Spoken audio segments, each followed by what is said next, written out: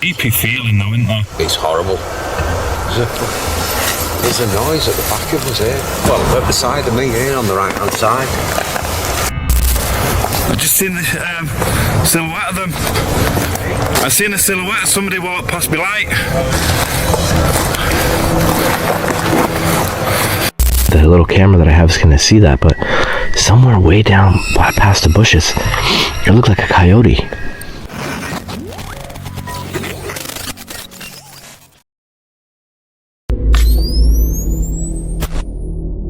Moxley's paranormal world ventures into the dense woodlands of Cannock Chase for an overnight bushcraft camp near an abandoned military cemetery. The secluded forest is quiet at first, with the two campers settling into their hammocks as darkness approaches. The weather changes suddenly as strong winds begin tearing through the treetops.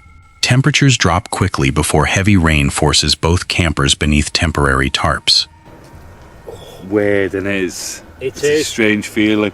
We literally are bang in the middle of this forest. Yeah, and the weather's changed. And the weather is changing drastically. I'm cold now. Well, we were just saying as well, we were looking at that tree over there, weren't we? Yeah. Look at that tree, and the tree is literally... Exactly, it's wet. The tree is literally doing this. A few of them, so... Well, let's see what happens. We're going to rest. Well, we're going to sit here 5 minutes. Yeah. See what happens. If it starts pouring, then we'll have to really sort our tarps out. But hopefully, fingers crossed, it doesn't come to that. Once the rain eases, heavy rustling begins only a few feet from the hammocks. Thick fog and darkness make it impossible to see what is moving nearby. Creepy feeling though, isn't there? It's horrible. Oh, what? You not hear that then?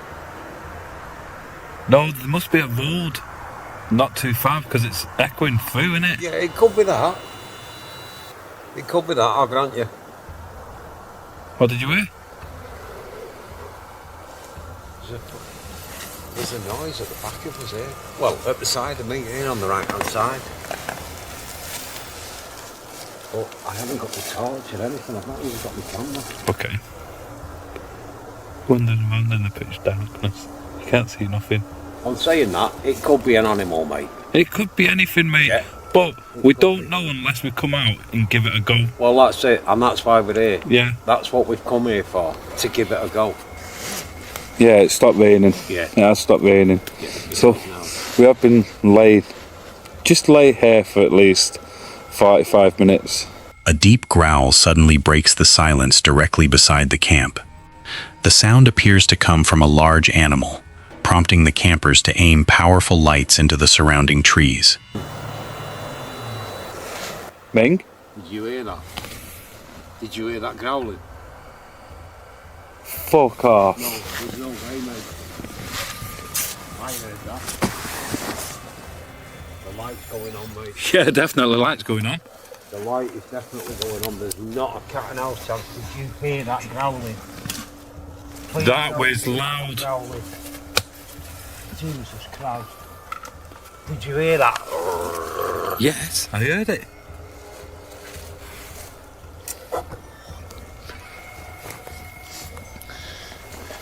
Where's my torch? Where's my torch? Don't know. Don't know where mine is. Got it. Folks, there's been a conversation there on Moxley's channel. And we heard That. a growling.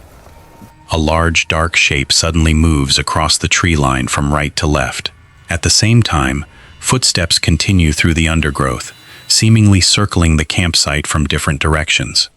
Did to me as well. Yeah. It certainly sounded like... There's something over there. Oi, There's something over there. over this side. I just seen something moving. Where I'm doing my Yeah. torch now, Yeah. something just moved from right to left, like it's coming this way around. Mate, what's going on here?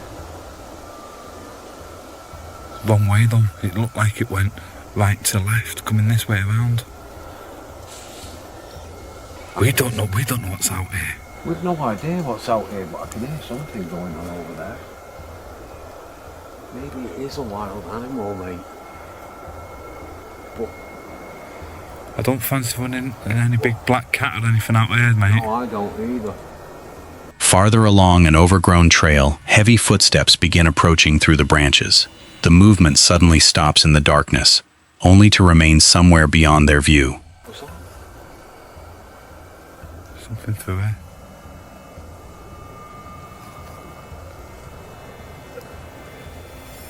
Mate, it sounds like something's moving towards us.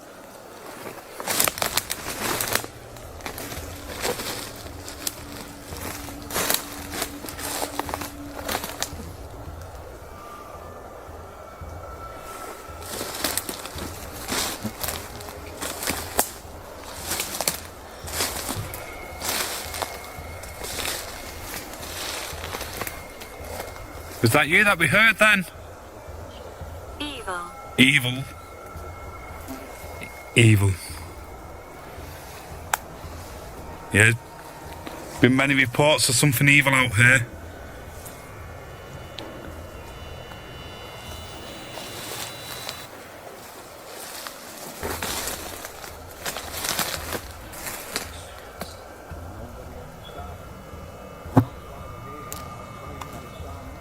Manipulation. Manipulation. Away from camp, they notice a dark silhouette crossing through the beam of the lights they left behind. The figure moves directly across the campsite before disappearing into the surrounding brush.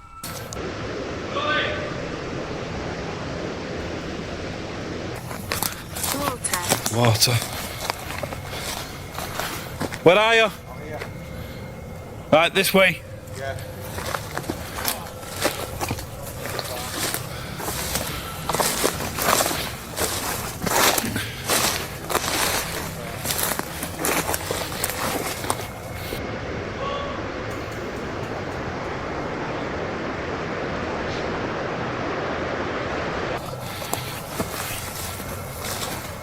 I've just seen the silhouette of them. I've seen a silhouette of somebody walk past my light.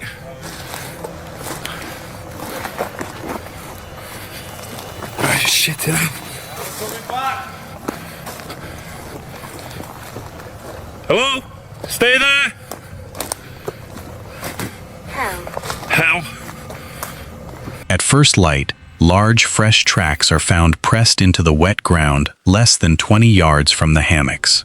The deep impressions suggest that something had been moving around the exposed campsite during the storm. Creepy outdoors ventures alone into the isolated forest surrounding Lac des Sables in Quebec, following local legends and unusual reports from the area. Far from any immediate help, the quiet trail becomes increasingly difficult to navigate as darkness settles in.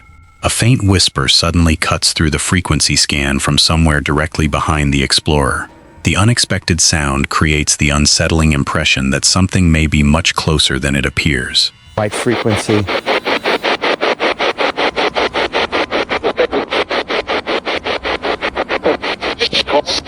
I keep thinking I'm hearing behind you. I seriously hope that's not what I'm hearing. Are you saying there's someone behind me?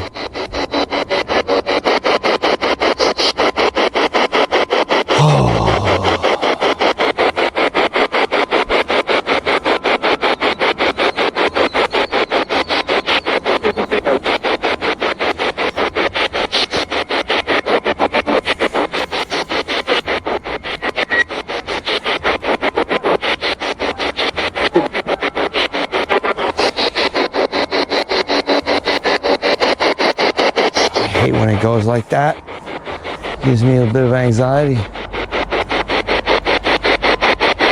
A deep, guttural sound rises from the thick undergrowth beside the trail. The sudden vocalization breaks the silence and brings the explorer to an immediate stop in the darkness.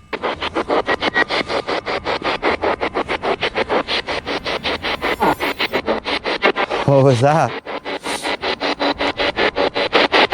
It was like a grunt.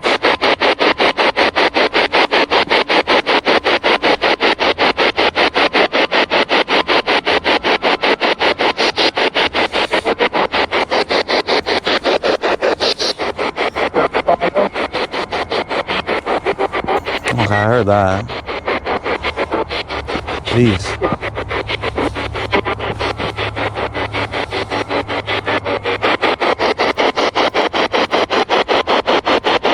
temperature suddenly drops as an unexplained voice appears to respond directly to his questions. The timing causes him to turn toward the empty trees, searching for any visible source.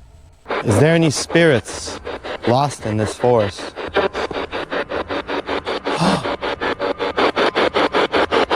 Holy shit. I could have sworn that sounded like yes. Is there more than one spirit? How many spirits are here?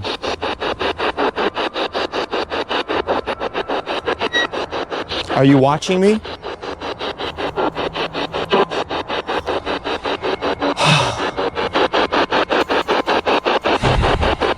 Then something seems to press against his back while he stands alone on the trail.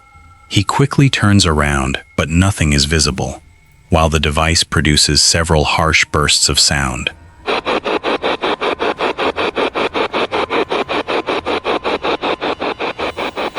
This sound's gonna give me nightmares.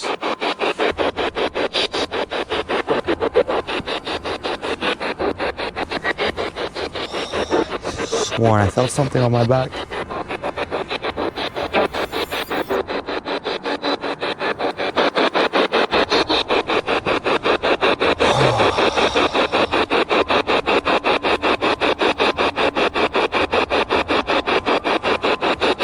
Near the lake, a clear female voice breaks through the silence 3 separate times. The sound carries across the shoreline, yet there is no visible person anywhere nearby. No more. Must have left.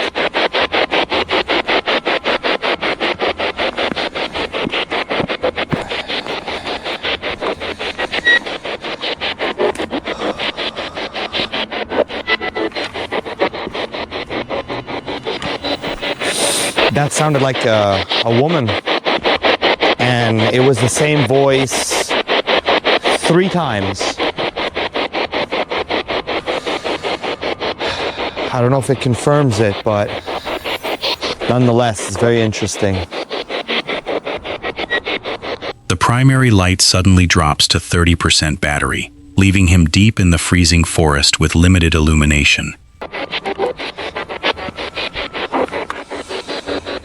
30%. Time to go. Not getting stuck out here when light goes out. Now I'll fully lose my mind.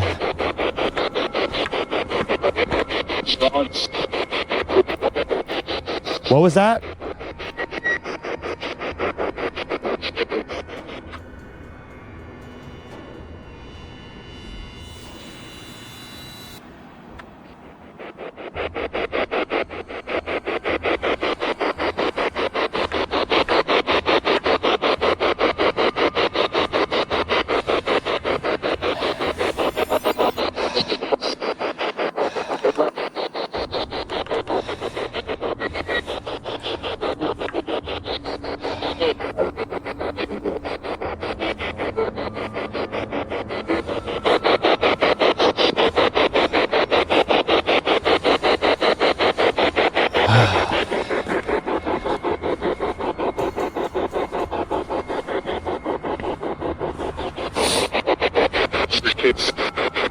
With strange sounds still following the trail, he begins a rapid retreat before the darkness becomes complete. Mo Sargi ventures into a remote forest, surrounded by thousands of acres of wilderness for a winter camping trip. Far from roads and other people, the isolated campsite becomes increasingly uneasy as signs of nearby wildlife begin appearing around the perimeter. While checking the area with a drone, a deep growl suddenly comes from the nearby tree line. The sound is close enough to suggest a large animal is somewhere just beyond the clearing, sending him back toward camp.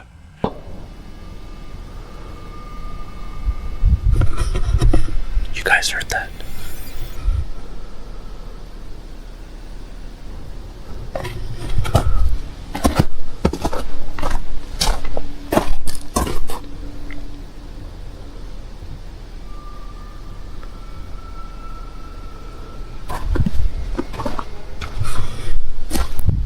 That was like a growl.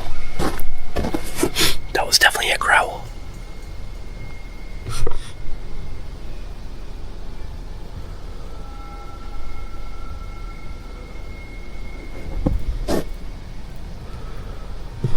I should go get my gun.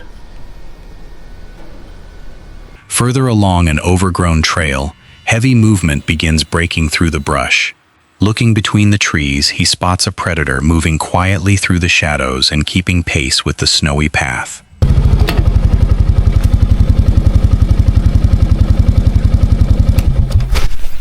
Something way down there.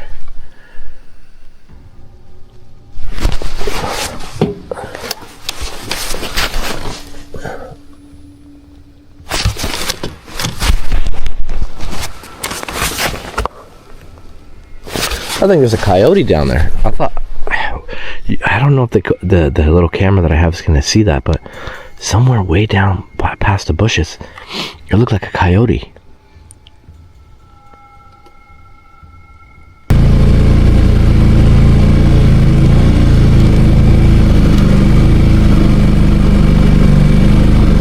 Oh my God!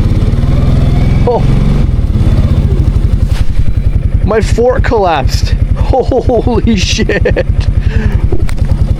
What the heck? Like I said, I haven't been here in a while, and there's heavy snow because it's wet. Oh my God! I thought I built this thing strong. Well, rest in peace to the fort. Anything in there? Nope, just a little bit of carrots left in there. A coyote then appears between the trees and holds its position without showing much fear. As it moves closer to the trail, a warning shot into the snow sends the animal retreating into the forest. Now this is definitely either coyote. Yeah. That's like recently too. Coyote, maybe bobcat. I'm trying to find there's a lot of footprints here. So this is a sign that the animals know it's starting to get warm and they're coming out. And they're more active. I'm gonna go on foot. I don't want to disturb any of these like prints that I'm finding. There's shit everywhere. There's literally poop everywhere. Like, I'm not even joking. Like, all I see is poop. Like, there's so much poop in my forest right now.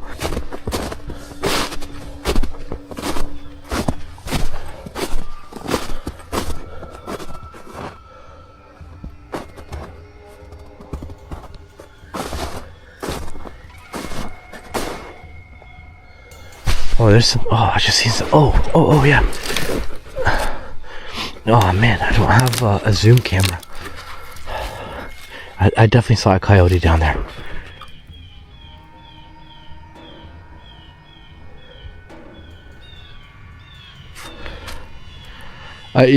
Can you guys? I don't think this camera can see that. I see it. Like, I see it hiding behind a fucking tree. There's a coyote down there for sure.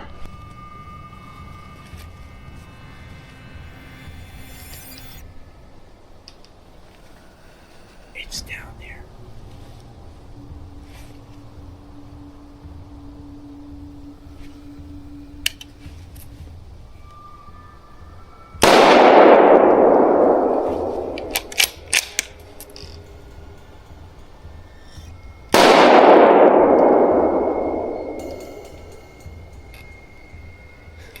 It just took off running. I'm only firing warning shots. There was a coyote down there, legit. Let's go find its tracks. Following the direction it escaped, he finds large claw marks carved into a nearby tree. Shredded bark around the fresh markings suggests that something considerably larger has been active in the same area. Like, something tore up a tree over here. Look at that. Look at all the... Like, look at all this wood. What the hell did that? And like, it's not. Oh Jesus! I can hear everything with this, so everything's elevated right now in my head. What did that? Like, something broke this tree. But no, that's been broken a long time ago. Look how high the snow is on it. Something happened over here. Well, it definitely got away, which, again, warning shots. That's all it was. Scaring it away. Let's go back before it comes with the whole pack. After darkness settles in, the smell of cooking meat carries across the clearing. Soon, a pack of wolves begins howling from beyond the trees, their calls continuing through the freezing night as the unseen animals remain somewhere outside the campsite. I think those are wolves.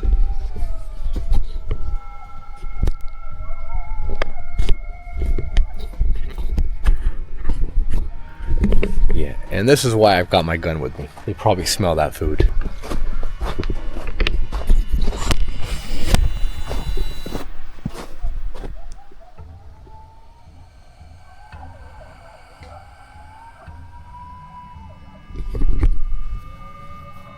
That sounds terrifying.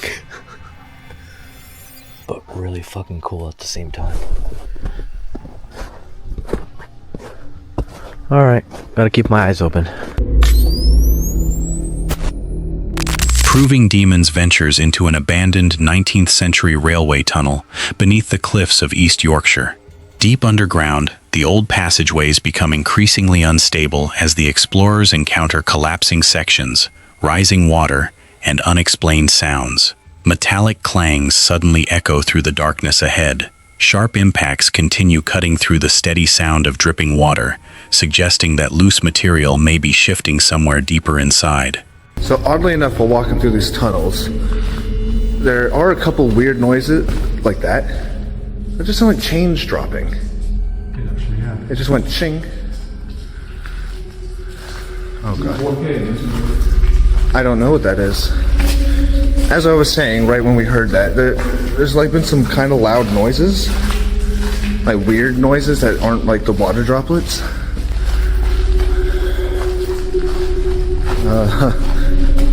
The tunnel opens into a large field of collapsed rock beneath an overhead shaft. Broken earth and debris cover the railway bed, while material continues falling from the compromised ceiling. So much rubble down here.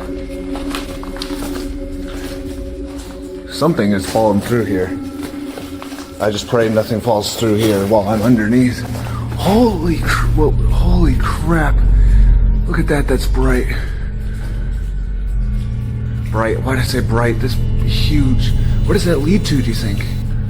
Well, I would imagine that will be like a manhole cover in ground or something. And, Oh, that's amazing. or like a grid in the ground. And things have just fallen through over time. Yeah. Okay. State of it. That's so cool. Along the tunnel walls, the brickwork is visibly buckling inward under the pressure above.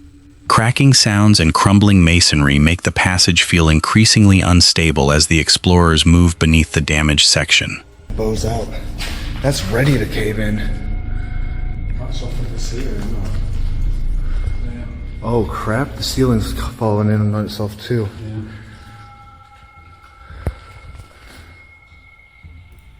Did you just hear a moan? No. I thought I did. Hello?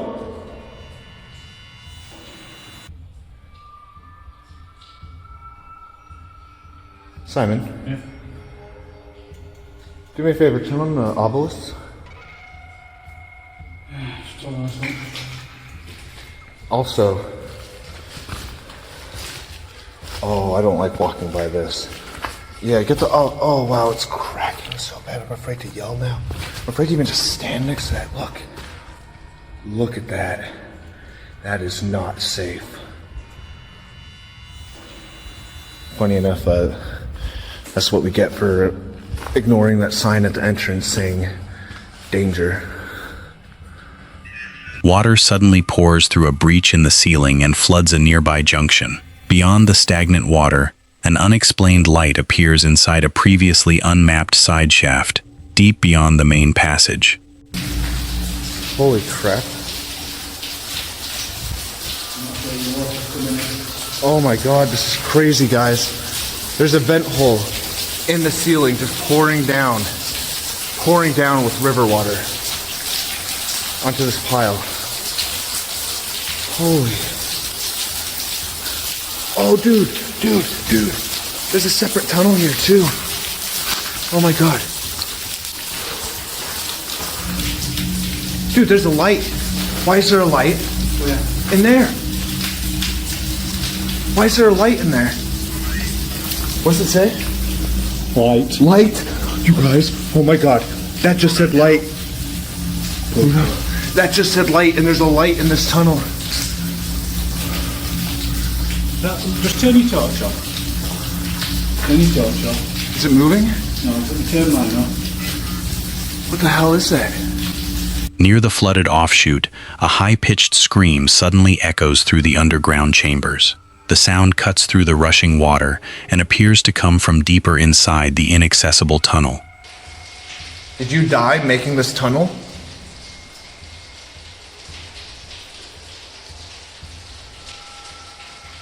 What the hell? Alright, You heard that too? I've got a torch in my mouth. I know. That sounded like a freaking scream, bro. Thank you. Let's listen back. Shine the torch on you.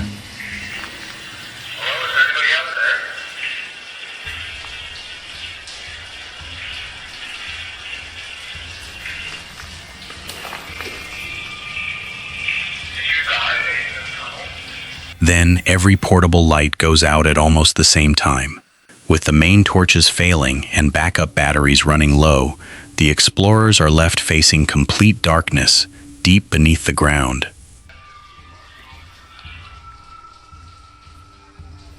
Okay, you guys.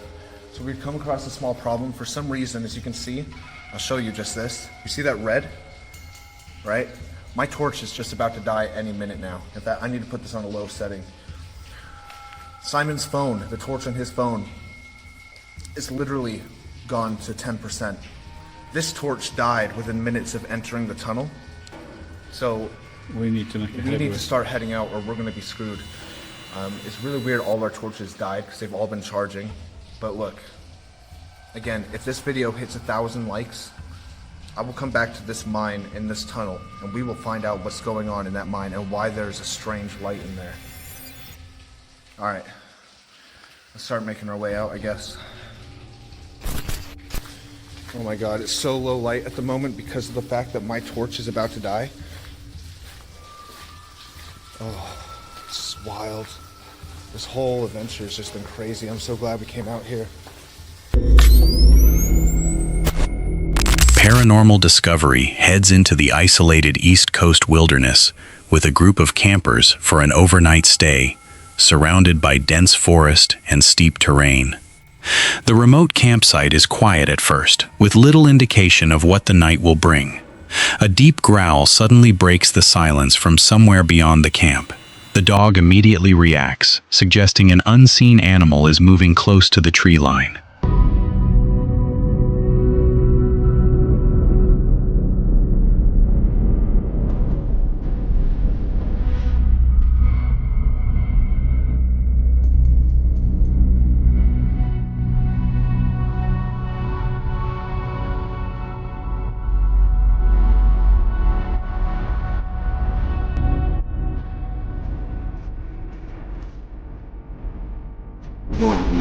Later, heavy movement begins circling through the darkness just beyond the campsite.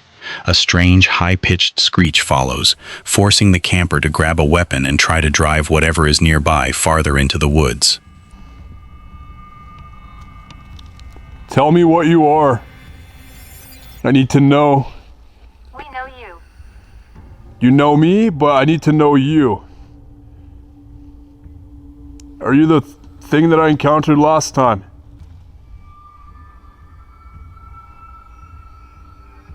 What is in your hand? It's just a light.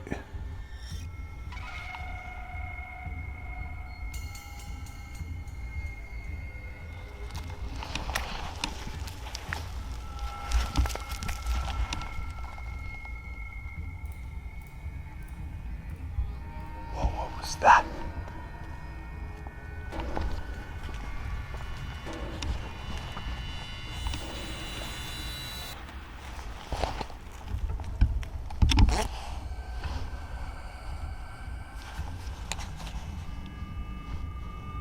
It's really creepy. Like really creepy. Do you want to keep going there, baby? Let me know. Empathy. So she feels a bit okay to proceed, so we'll proceed.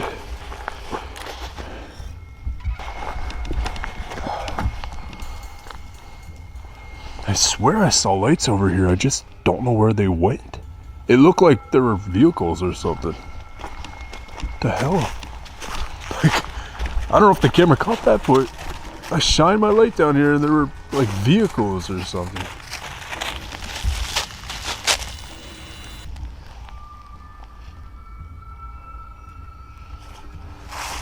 Okay. Give me a second, key, okay? She's been picking up a lot. Like some animal or thing walked all up and down this road.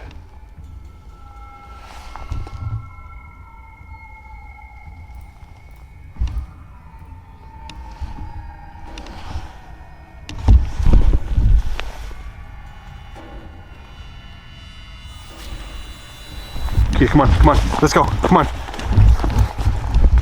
What the fuck? Where are they coming from?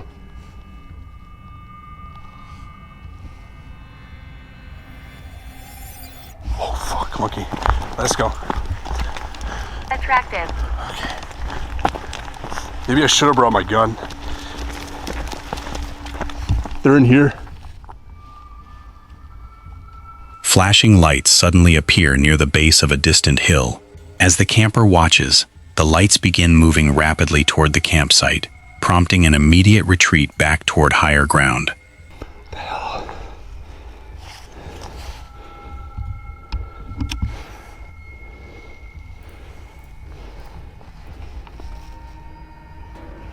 Yeah, there's lights.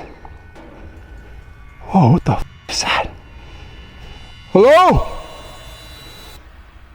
Whoa. Are you kidding me right now? What the f is that? There's lights at the bottom of the hill.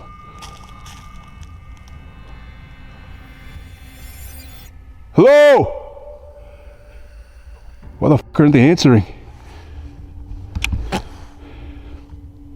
Hello? Yo, where did that come from? It's blinking. Who are you?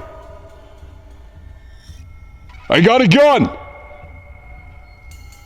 What the fuck? Oh fucky. I think someone's after us.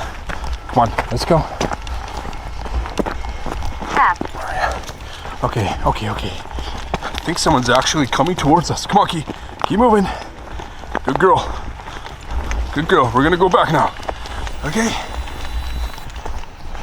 Jesus, what was that? The weather changes abruptly as heavy hail begins falling across the wilderness. Ice pellets quickly cover the tents, forcing everyone to scramble for shelter as the storm intensifies. You got showers, man? Come on, Key, let's go. Come on, baby. It's starting to come down. Right here. Come on, baby. In you go. In you go. Whew. Hey, that's hail, man. Whew. Yeah, this is legit hail. This is crazy, man. Oh my God. Yeah, look at this. Yeah, hail, man. Oh, you're out. Come on, baby. Oh. This is crazy, bro. I tried to get her in. She doesn't even want to be in the tent. This is crazy. Okay, so currently still trying to get everything in our tent.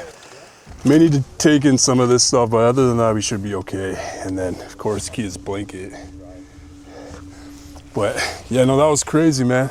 Rain started to pick up. I don't know if it's gonna leave. It says around 4. Oh, that's not bad. Is it 4? That's the thing. Okay. Actually, just about. Just about 4? 408. 408? 408. Okay, so it was reading about 4. So Okay. let's hope. Went from hail to rain. That's crazy. That was a lot of hail really quick. Did you see how much hail that was? Yeah, like the accumulation on the tent. Yeah. It was like building little piles on it. fucking trees. Started coming down. Angelo's like a lumberjack over there. I mean, if you're gonna camp in the winter, you need to be part lumberjack. Fair. You just need to inherit that trait. Well, if you have a hot stove, that's why you're a lumberjack. Without a hot stove, then you better have a buddy heater. we do have buddy over there, and one in ours too. We have a buddy heater in ours. So yeah, Frank made me a hot chocolate. What? This is turtles? Sid? Yeah, this one. I'll show you right. Footsteps suddenly splash through the nearby stream. Across the water, a large animal moves quickly through the brush, keeping close enough to suggest it may still be watching the campsite. Oh shit, something's moving. Something's fucking moving. No way, is this the day? Is this the fucking day? I just saw that right across the fucking stream. Excuse my language. Hello?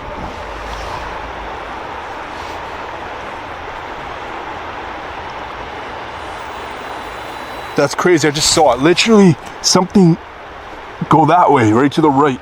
Just kind of, holy shit, that was just like the littlest like back end of something. The fuck is that? Oh shit. It's across the stream right now. Yo! There's something in the vicinity. Yeah, what is it? Here. It was right behind this tent. What? And then I literally get out and I see you guys coming up. Yeah. And I'm telling everyone that whatever we heard was not you guys because it came from behind my tent. Oh. So there's like literally, I don't know, something What did it sound like a but high-pitched animal. I'm really like on edge right now. This is creepy. While moving along a narrow trail, branches begin snapping behind the camper. Heavy movement seems to follow the same path before another piercing screech comes from the darkness.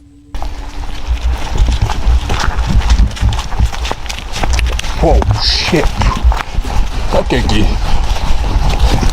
what do you say we run? Okay.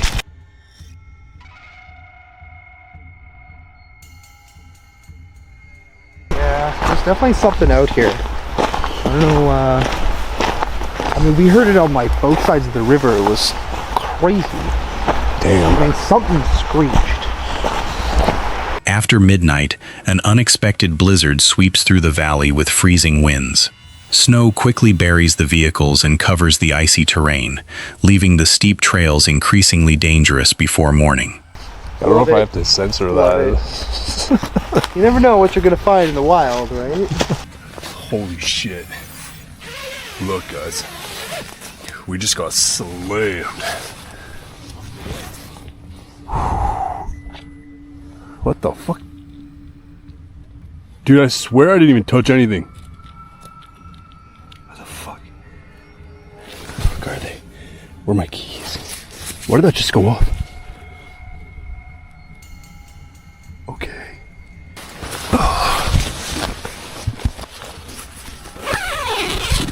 Everything in the tent is hot and dry. So, key is all nice. But we just got slammed with a winter storm. Holy shit.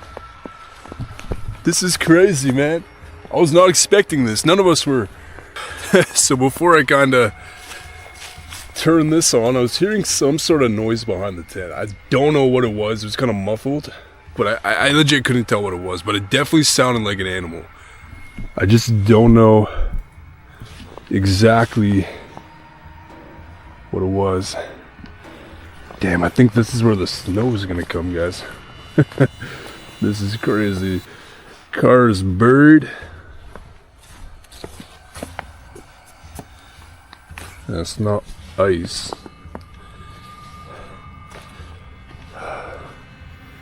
Holy shit. 'Tis the season, guys. 'Tis the season. It's kind of nerve-wracking going around. I'm not really gonna go for a explore, but I'm just kind of seeing what everything looks like. Now the weather on Tuesday, we were supposed to get, I think, 20 centimeters or something. I just really hope, like today's not Tuesday, today's Friday, I think. Yeah, today's Friday.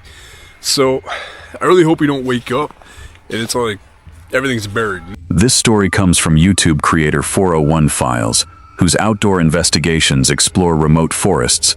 Deep among the trees, the camper notices several thick trunks snapped and bent at almost the same height. The pattern appears unusually concentrated in one area, making the damage difficult to explain. Today, out in the woods, undisclosed location for safety reasons. And here's things that always make you like scratch your head.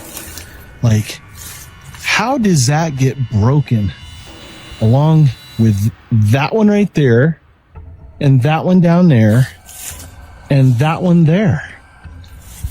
We don't get a lot of snow up here where we're at. The winds do get a little crazy, but all three of these, 4 are broken. Just makes me wonder. It's always trees like this. Just let me show you. You can see it's bent completely, and so is this one here, and the one at the back there as well. But the guy that was out in the US, I think, he filmed the same scenario. 3 trees all snapped at relatively the same height up the trunk, all facing the same way. Further into the woodland, he discovers a hidden, overgrown combat arena. Empty huts and wooden barricades sit far from the main routes, giving the abandoned site an eerie sense of isolation. Well, that's a cool find.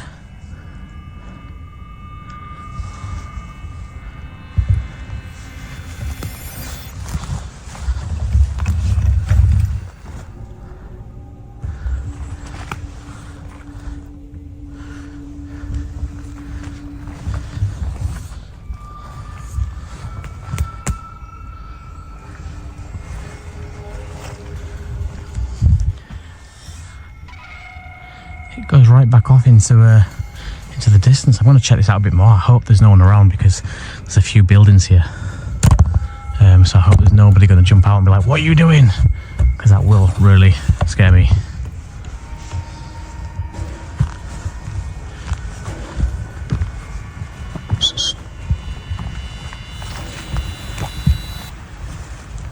Looks like some kind of a paintballing arena.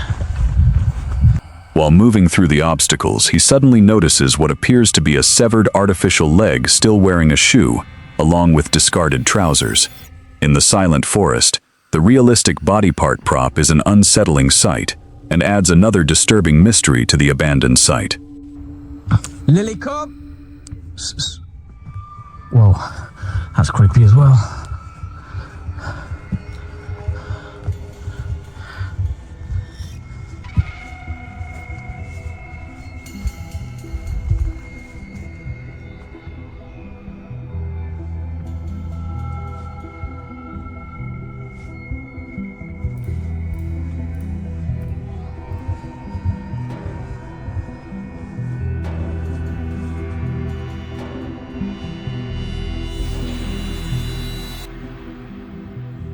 Good girl. You found your way back. As twilight settles over the forest, a dark silhouette appears between the trees. He zooms in, trying to decide whether the shape is simply a strange tree trunk or something standing motionless in the shadows. Whew, that scared me.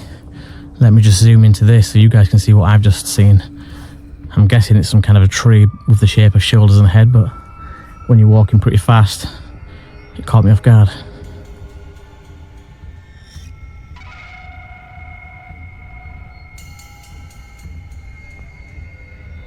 That just looked like a guy standing in the shadows. Do you not think? Like the head, how the shoulders fall down?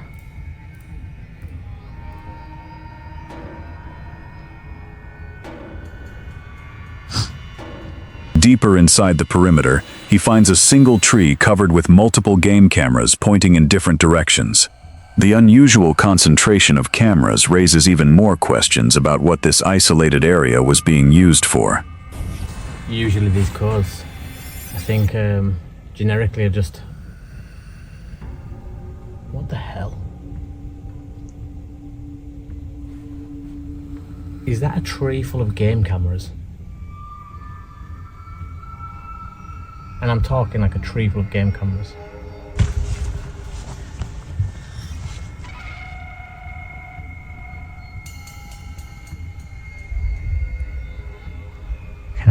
make sense of that.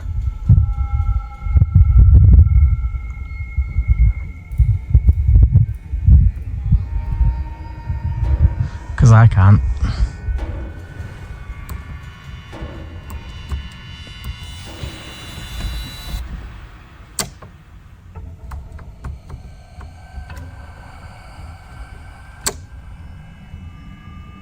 Then, something in the darkness suddenly sends him into a panic. With his dog becoming increasingly uneasy, he tries to keep moving, while convincing himself that what he is seeing cannot be real. The encounter leaves him visibly shaken. It's okay now. It's okay. Come. Go. It's okay. Okay. It's not real. Go.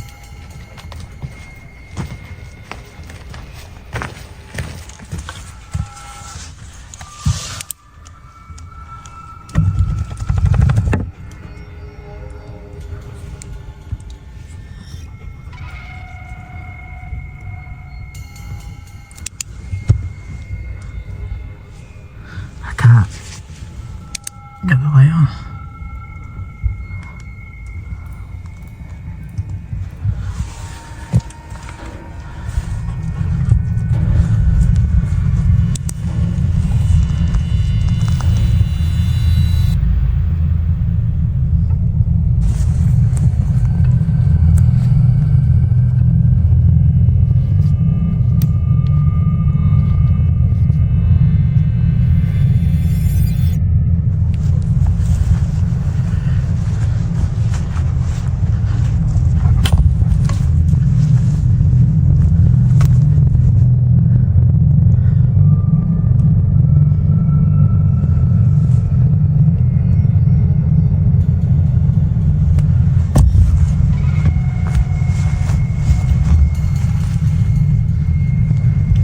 Later, a sudden tapping sound breaks the silence as he settles in for the night with his dog still on alert.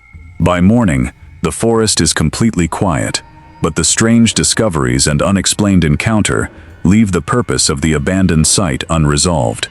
This story comes from YouTube creator Moxley's Paranormal World, whose explorations focus on haunted locations. Not long after settling into his hammock, 3 loud bangs echo across the water, sounding like gunshots. As he begins packing up, moving flashlight beams appear through the trees toward his position. Right, let's go get a drink and something to eat. Right, so I'm literally just here in the hammock, and all of a sudden all I hear is bang, bang, bang, like 3 gunshots. It's literally what it sounded like, 3 gunshots. So I looked over to where those other lads are camping. You can see the torches moving through the trees. And every now and then, just lay there, I can hear, granted it could be animals, but it's not constant, it's like going through the trees. And then when I sit up and look, nothing.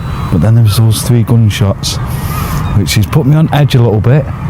So I'm going to pack the hammock up, and I'm going to bugger off somewhere else, completely out the way from where these are. While rushing to leave, something is suddenly thrown from the darkness, landing only inches away. Bright flashes then move through the trees as several people appear to approach his campsite. Who's there? Somebody's just flung. I've seen it as well. I think, yeah, it was this one. Somebody's just lobbed that from over there. Hey! Who's there? I'm just trying to camp just like you lads.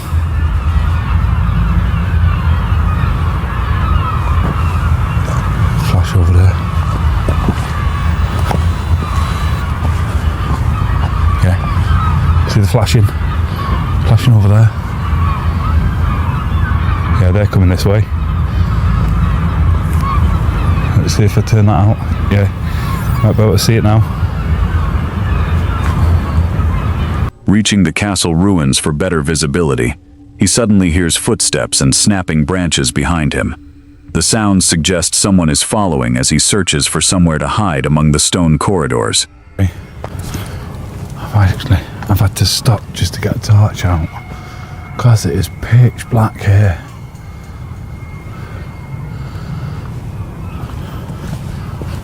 Let's just hope nobody's up this side.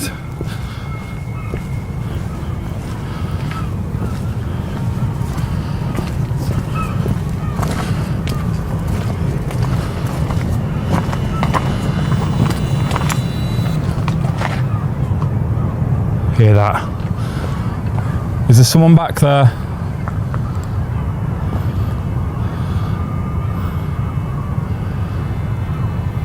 Inside a narrow dead-end passage, another gunshot-like sound erupts much closer than before. Fearing the people outside may be hostile, he carefully backs away and returns toward the woods. This isn't a smart place to come. Plus it's a dead end right in front of me. I'm literally having to back up nice and slow. I know there's nobody going to be in front of me, but just now I have chance somebody's behind me. I hate tight spaces as well. This isn't helping my anxiety. I literally just got that gap. As I got out, I swear it's gunshots. I heard it again, but this time it was closer, so I don't know if whoever is camping over there might have took a disliking to me and they're trying to find me. And the last thing I want to be doing is getting caught because I've got thousands of pounds worth of equipment on me as well. Deep in the darkness, an eerie creaking sound is followed by something resembling a horse in the distance. The strange noise immediately brings the local legend of the Headless Horseman back to mind. Right, let's get out of here. I'm literally just walking down here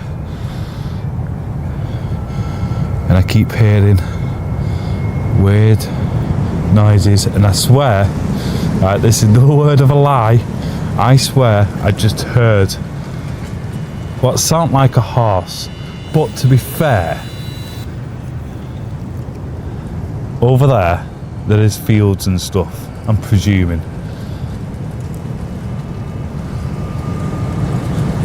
And there's a lot of creeks, so that creek then, that could have sounded like a horse. To be fair, it could have, I don't know, but my mind is going 10 to the dozen right now.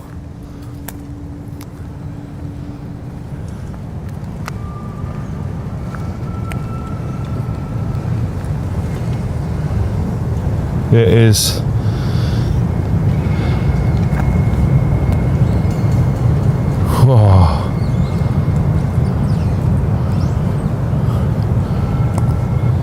Around 2 in the morning, muffled voices begin echoing through the trees nearby. Yet there are no visible lights, leaving him unsure where the people might be. His attempt to call out only makes the surrounding darkness feel more tense. Midnight. It is 2:30 in the morning, and here's me walking through these woods where there's a sighting of a demonic headless horseman, and I've got some absolute strangers who I feel like are following me, because every now and then I can hear talking, and it's not like distance talking, it's like quite close to me as well. Hear that? Ding!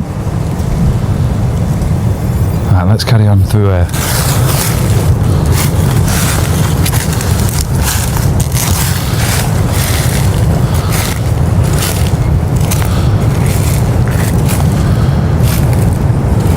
Is anybody out there?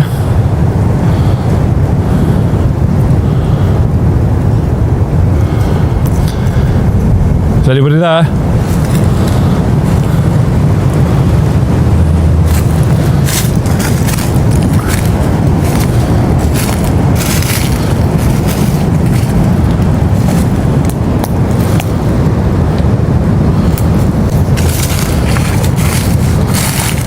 Moving away from the trails, a large black dog suddenly races past him, sending a herd of deer running directly toward his position.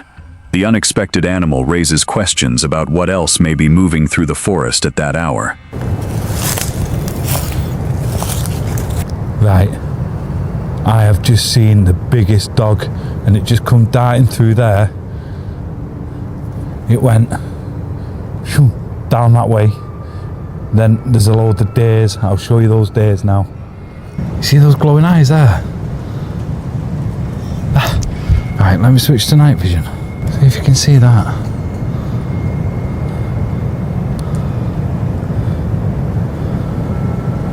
Can't see it. There's glowing eyes over there. It's actually days. Hidden in thick brush with his lights turned off, he watches several people carrying powerful torches pass only yards away while shouting. The group appears to have no dog with them, making the earlier encounter even harder to understand. I am laying low, and I just heard people coming this way. They were shouting and screaming. Now they've gone quiet.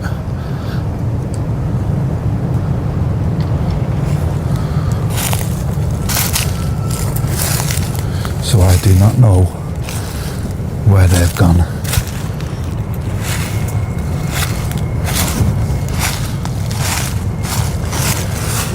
I can literally see the lights. That is a high-powered torch as well.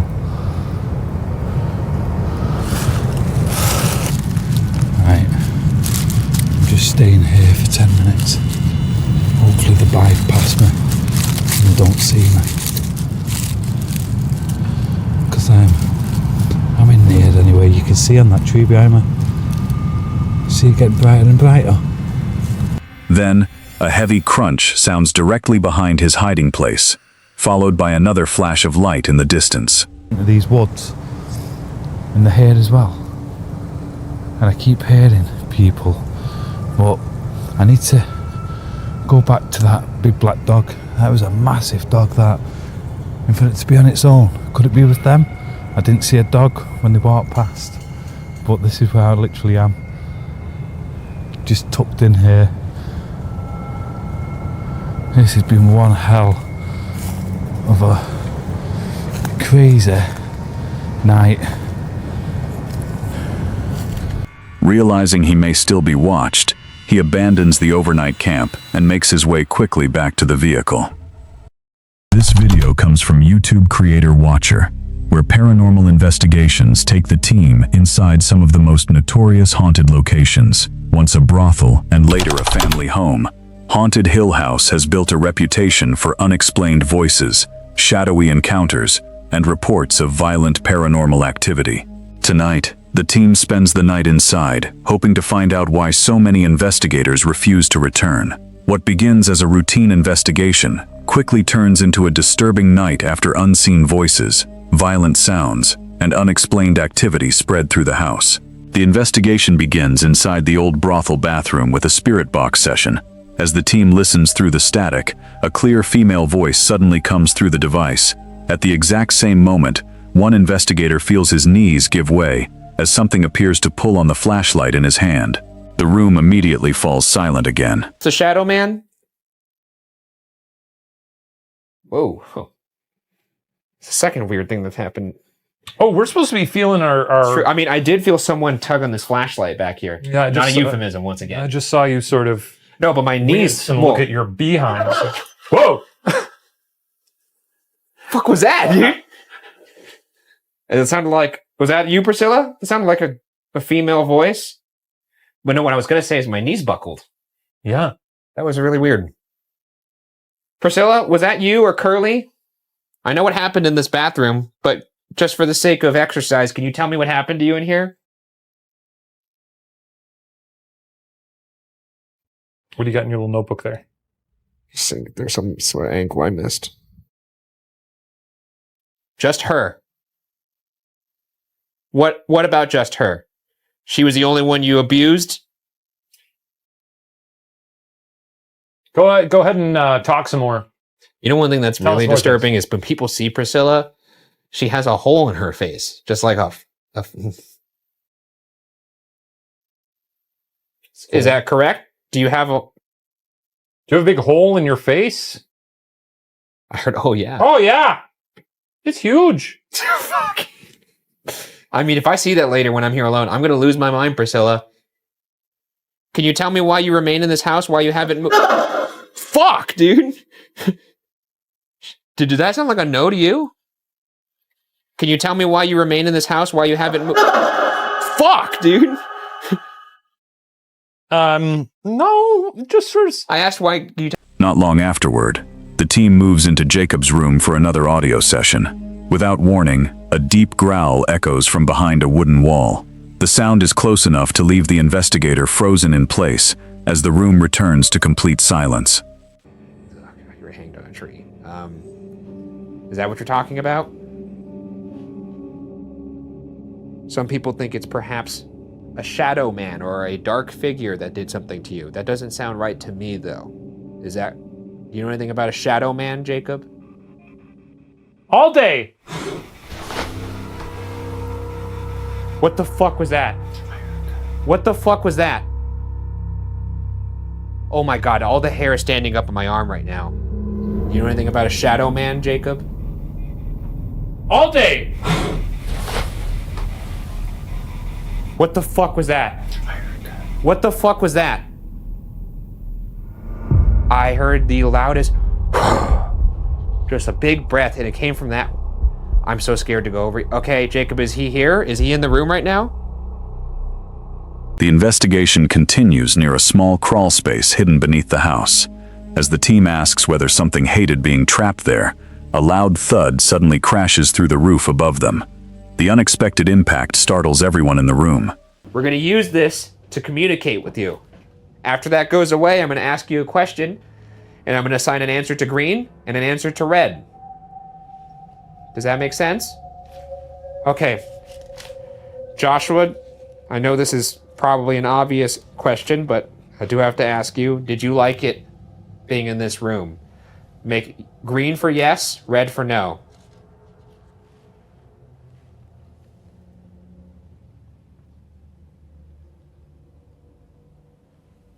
One more time. Joshua, did you like being in this? What was that? I genuinely don't know what that was. What the fuck, dude? You think it was like a bird flying into the roof?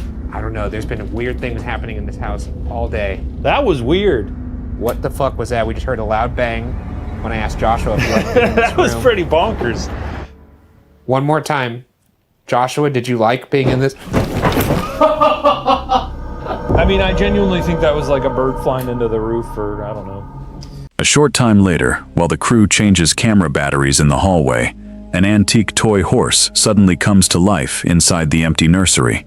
A soft melody begins to play, followed by the sound of a child's laugh. When the team checks the room, no one is inside. Room. On the way to change our batteries for the next investigation, we captured this chilling moment. Wait, hold on. Everyone be quiet. What's this thing looking? What set What set it off? What the hell? What was playing? No one was in here. Was it this? No, it was this. No, there's a little thing in here. It was this little girl on the. This play. Were you recording still? No, I just started recording. Did you get? I panned over to the very end of it when it was going. It was still going? Yeah. Could you go over to that? And this is in Toby's room. We were just in between takes. That went off somehow in this room. No one was in there. How do you even set it off? I don't even. What is that? I don't even know how. I honestly don't.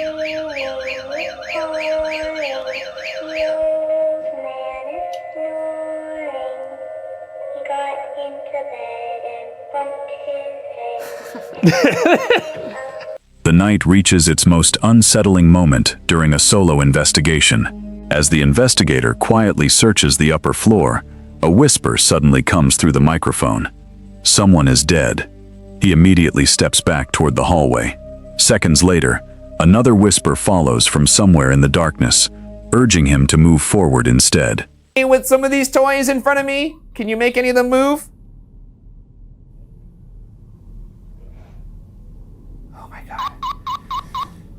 Oh my god, there's toys hanging from the ceiling! Serious question now for all of you kids. If you want to talk, just go ahead and move a toy. But if not, can any of you tell me what actually happened to Jacob? I just heard something. Was that one of you? I heard something over there. I'm very scared right now, so if you're scared, just know I'm really scared too. Nothing on the camera. What the fuck? I just heard a really loud voice that said he's dead. Nothing on the camera. Nothing on the camera. What the fuck? Who's dead? Oh my god, oh my god, oh my god. Ah! Remember, I have a gun. Hey! Shane, are you fucking with me right now? A mysterious voice, an unexplained growl, a toy activating on its own, and whispers during the final solo sweep turn Haunted Hill House into a night the team will never forget.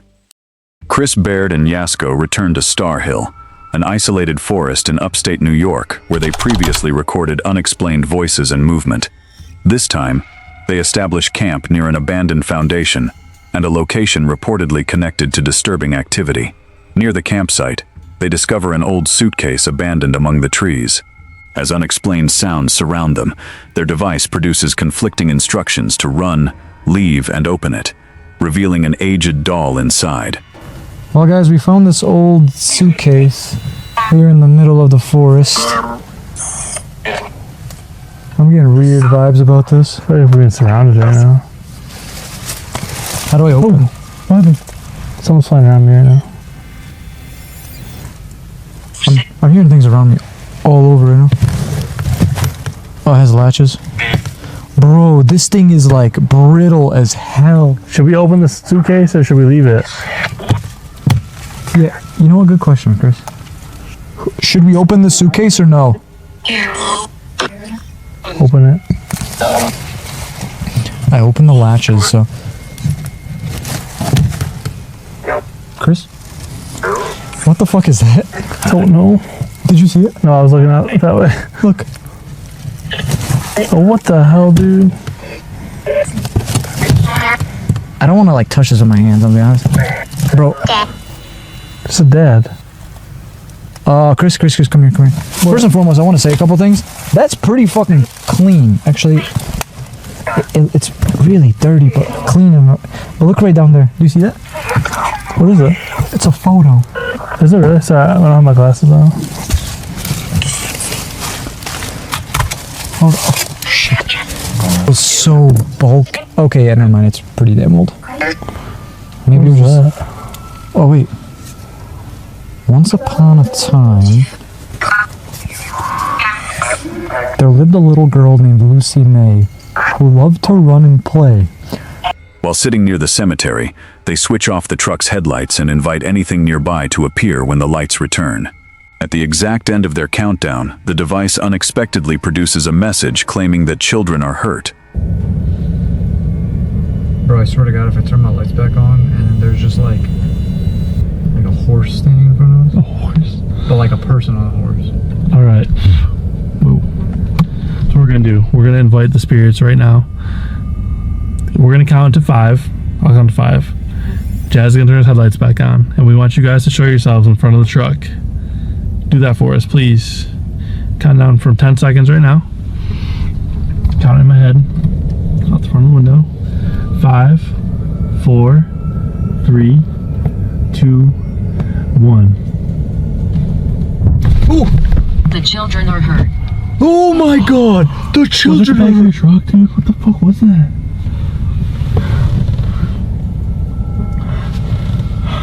Footstep-like sounds begin moving along the road as repeated shadows appear inside the cemetery.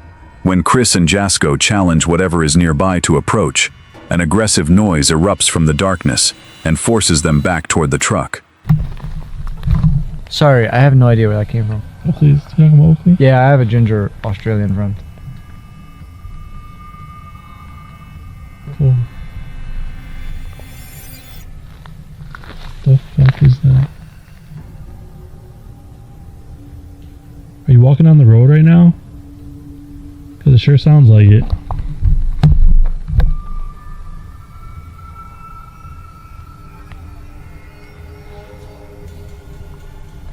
This is very unsettling.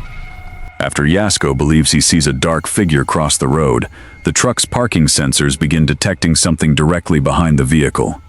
They search the area but find nothing that should be blocking the sensors. They notice what appears to be someone standing farther down the road before Yasko's parked truck seemingly begins creeping toward them. As both watch the headlights moving closer, the device produces the phrase, "I'm watching you." I don't know. Can you give us a sign if you want us to go further?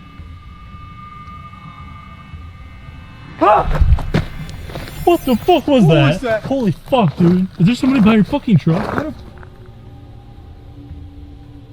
Where's my truck moving? Bro, Yeah, look at it. Bro, looks like my truck's fucking... Bro, why is my truck moving? My truck is fucking moving. Bro, my truck is fucking moving. What the fuck? Stop it, Mark.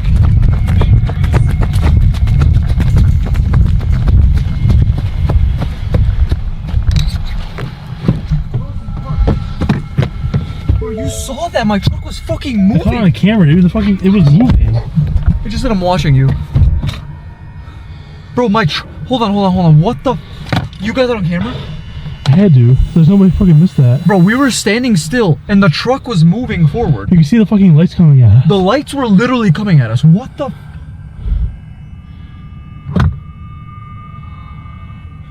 What the fuck was that?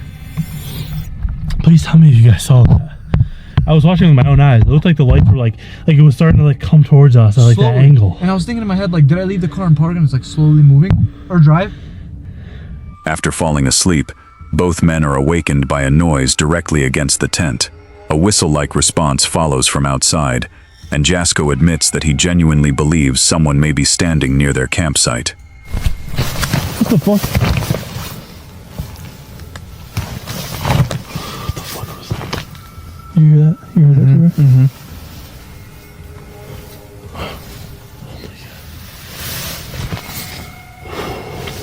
Bro, something just touched the fucking tent. I'm so positive it sounded like something just touched the fucking tent.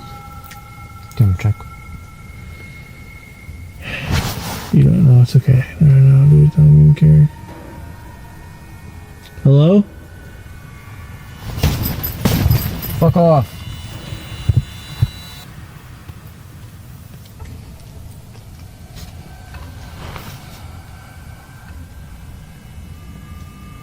Sleep?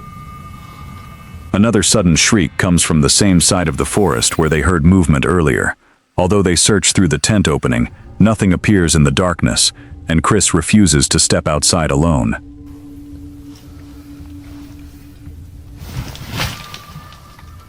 Chris.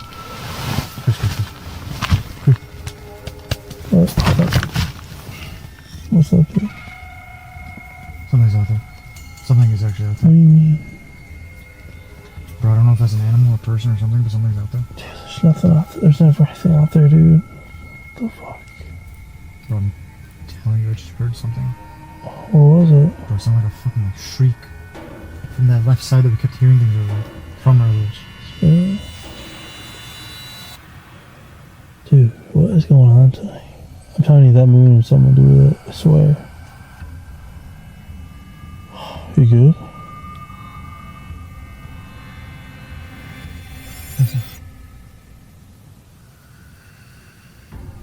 Alright, yeah, what the fuck is that? Oh, dude, I gotta go to the bathroom. But I'm not going out there right now, I'll be honest. Jeez, I wouldn't you. I mean, I can go with you if you need me to go with you. What are you gonna do, hold my hand? If you want. No, dude, honestly, like, how far are we gonna go with this shit? I would just go behind a truck or something, dude. That'll stink up the whole campsite. Can't be any worse than the cheese. Bro, I literally have a disease. This shit stinks. Like, I'm sorry, I just completely forgot that we're literally recording. That's fine. Yeah, long story short, guys, I have a stomach disease. Dealing with it right now. I got all types of labs and shit I'm doing. Yeah, it's really bad. So It's okay, man. I farted in here earlier, and he was suffocating. It was one of the worst smells I've ever smelled. It was so bad. Limburger cheese, Jazz's fart, 1, 2.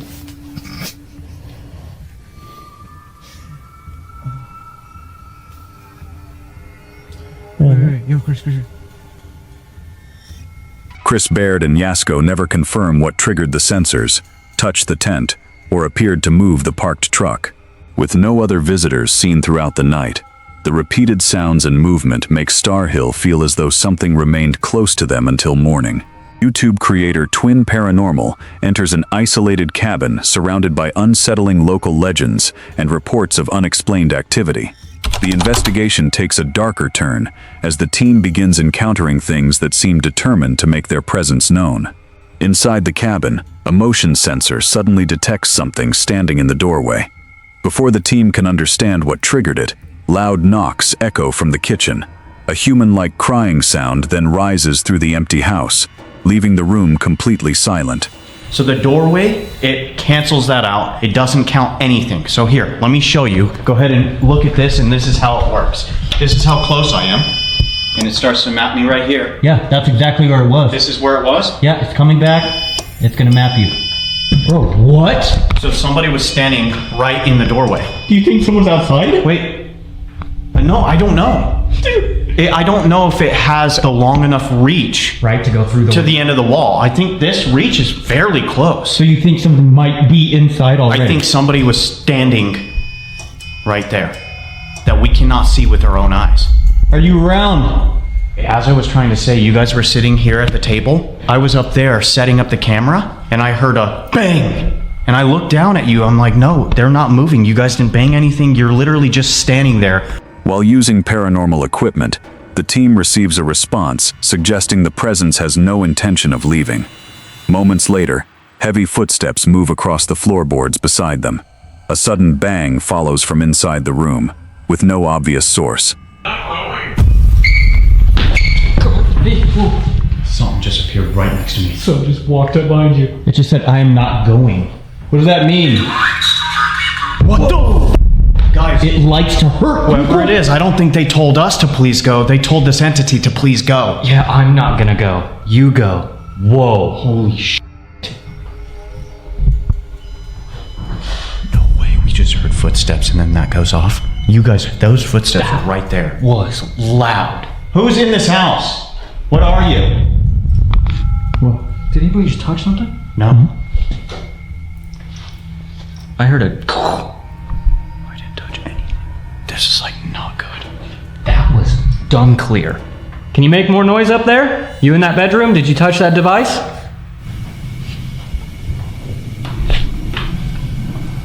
Yes. Can you make noise up there? Yes. Okay, we're waiting. During a split investigation, one investigator is alone inside a dark bedroom. Without warning, an unseen force appears to grab tightly around the waist. The sudden physical sensation leaves the investigator struggling to catch a breath. Husband, guys! No. What? Man! Ah! What? Something touched me! Something touched my face! Something grabbed me!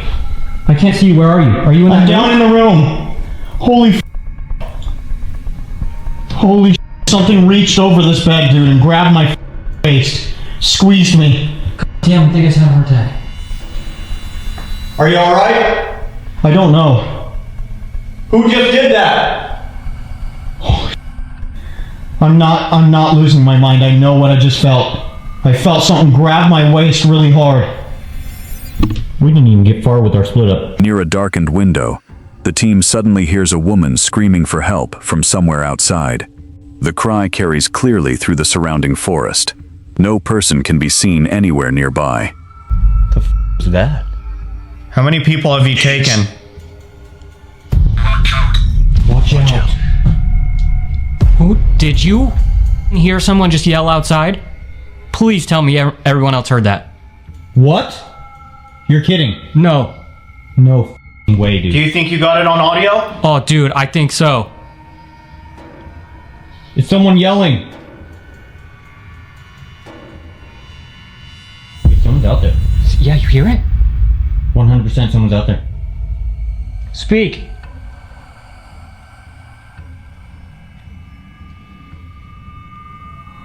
Are you still in this cabin? A terrifying moment unfolds when an investigator notices a woman standing motionless in the dark hallway. Long hair hangs around the figure, while the eyes appear completely black. Panic spreads through the team as they demand the lights be turned back on.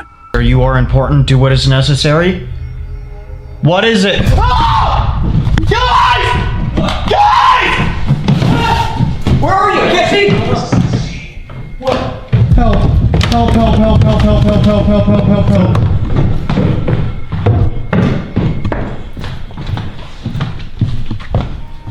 Someone showed me what they look like. No, no, no. I was looking right at them. What do we do? What do we do? What do we do? Dude, I've never felt this so like this. Me, guys. No way. I've never felt this scared of I'm shaking. They were right there, right where you're standing, right where you're standing. What do we do, guys? What do we? There was a woman, guys. It was a woman. It was the forest. Who was that? Do what is necessary. Are we? Like, seriously? Feel my heart. Feel my heart. Oh, Jesus. Who was that? Lost. I need to not do this. That sounded like a woman. Later, while driving away from the mountain, another blood-curdling woman's scream suddenly echoes through the trees beside the vehicle. The sound follows them through the darkness, leaving the team struggling to understand where it came from. Let's make our way back over there.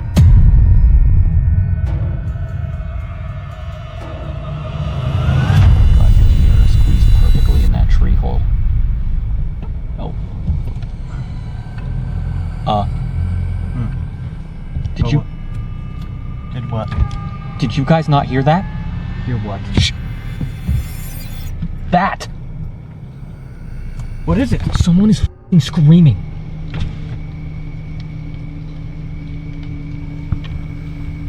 Dude, we are in the worst spot possible. Okay, maybe you should put your fucking window up and lock, listen to it. Why is there so much smoke out? It's exhaust. Wait, really? You heard screaming off of their lungs like a woman? Yes, that's on the side. Yes, how the fuck? Bro, we have to go back up, dude. Explain what you just heard, Wyatt. It was a woman who went, ah! And then about 10 seconds later it was, ah!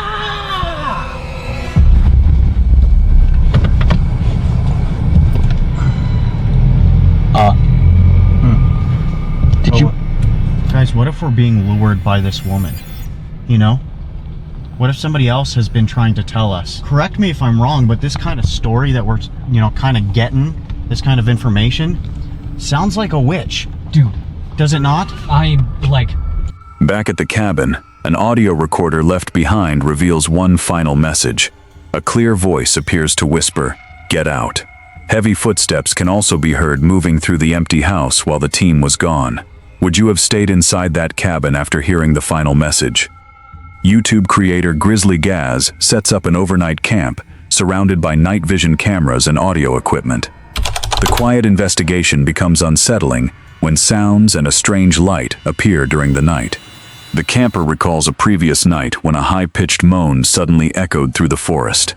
The sound was enough to wake him from his hammock in complete darkness.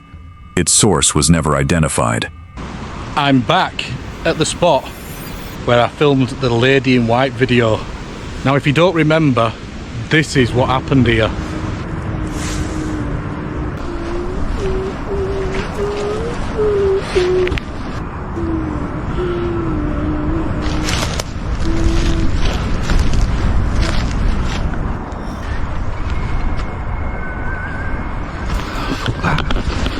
Come on, mate. I brought my night vision with me so I can see in the dark and we can have a look around. I brought a half decent torch with me. I ain't got one of those super duper ones that light up the forest, but it'll do. And I brought a trail camera with me, which I'll face onto my tent. Later, audio from a phone left outside overnight is reviewed. A faint vocal sound can be heard, coming from somewhere in the surrounding woods. There is no clear explanation for where it originated. Over there, I'm just gonna have a quick listen to these recordings. See if we've got out.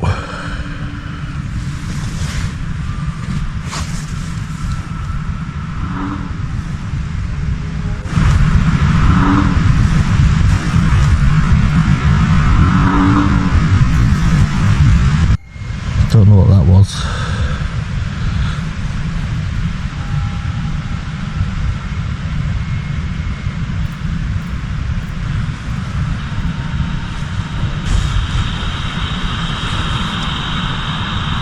Night-lapse footage shows the campfire gradually burning down as the campsite becomes completely dark. During the same period, a small glowing point of light repeatedly moves around the outside of the tent. What caused the light remains unknown.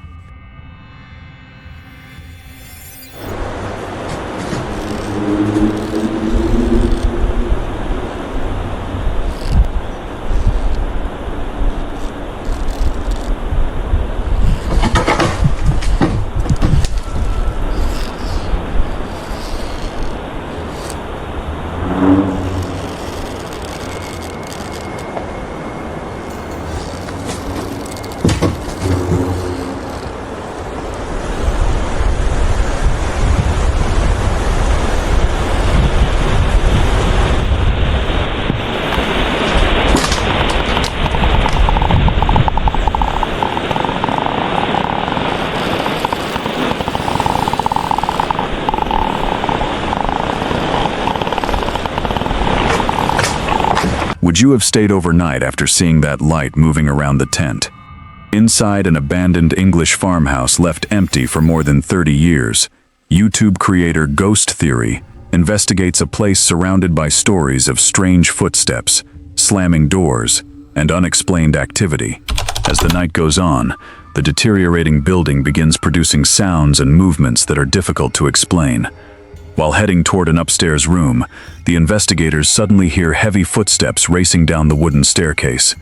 The sound passes directly in front of them, even though the farmhouse is supposed to be completely empty.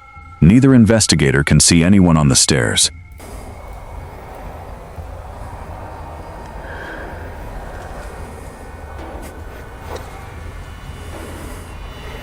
What do we do? Weird question. I fucking don't know. There is literally no way someone's just ran down the stairs. Literally no chance. Unless they were hiding in a bathroom or underneath a bed. And how are they getting out? The front door's locked with a key.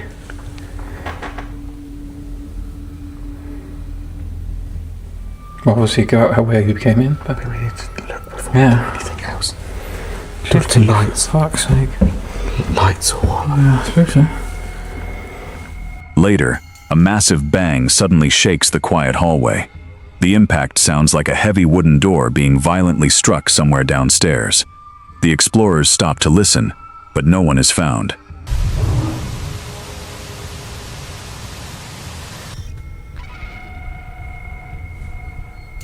I shot myself. Yes, I have pooed.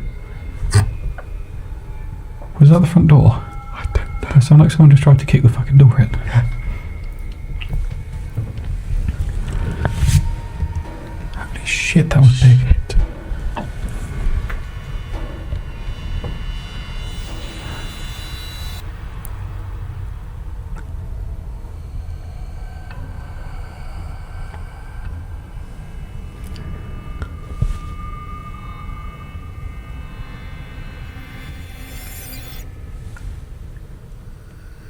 On the top floor, another danger appears without warning.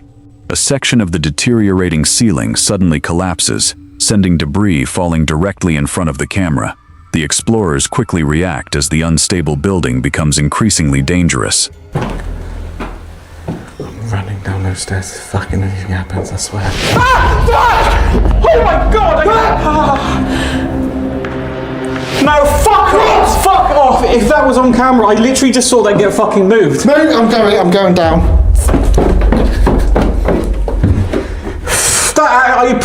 Please be on camera. Please be on fucking camera.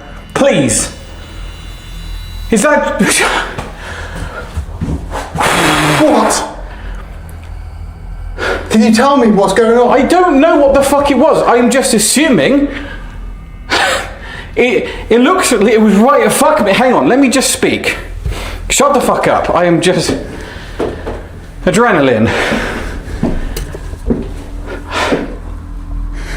I have just seen something fly in the room. Literally just... But it just also happens to be where... Right. Come here. Let me try and explain this in English. So, as you can see, the ceiling is collapsing. Right, and I think I have literally just seen the ceiling come down. It has also just rained. The ceiling is heavier than it was. That's what I'm going with until we later find out it was a demon, but I am not coming to that conclusion until I've gone home. What do you think caused the footsteps inside the empty farmhouse? Deep in Dagger Woods, Nova Scotia, YouTube creator Paranormal Discovery sets up camp with a dog in a wilderness, surrounded by stories of the mysterious Dagger Woods howler.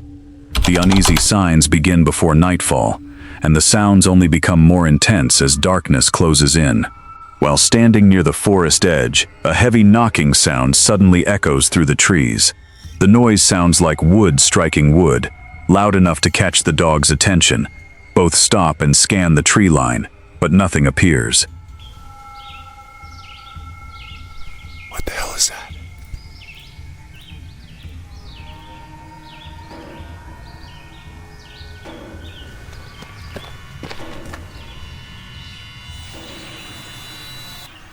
That's tree knocking.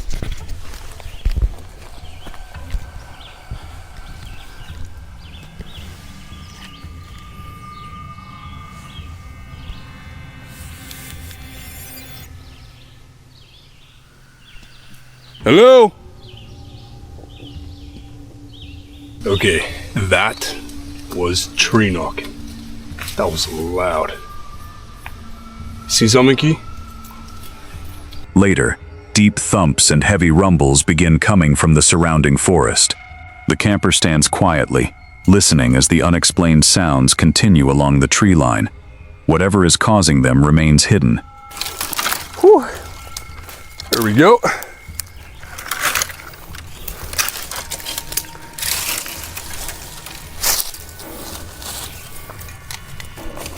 What the fuck?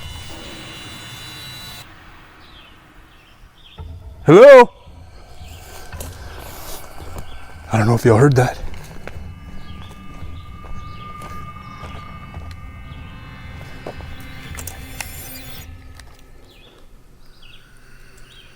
There it is again.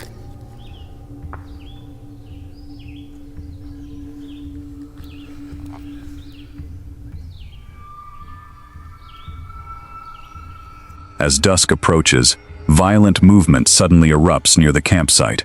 A heavy crashing and flopping sound tears through the foliage, almost like something large moving through the trees.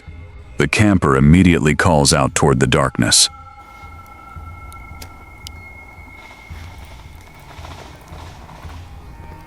What was that?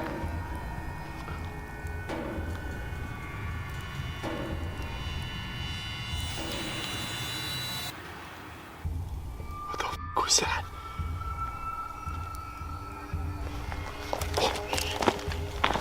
What is that?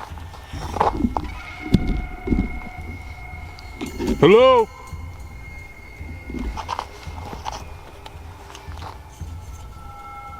It came from down there. During a night walk, a powerful foul odor suddenly fills the trail. As the camper backs away, Heavy footsteps and movement begin following from the brush. The sounds appear to be getting closer. Ow. Someone just like pinched a nerve in my neck. The fuck?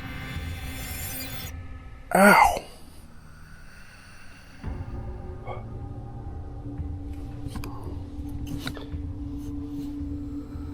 What the fuck is that smell? Holy shit, I smell something horrid. That smell is a horrible body odor from an animal. It's somewhere ahead of me right now. I don't hear any wildlife.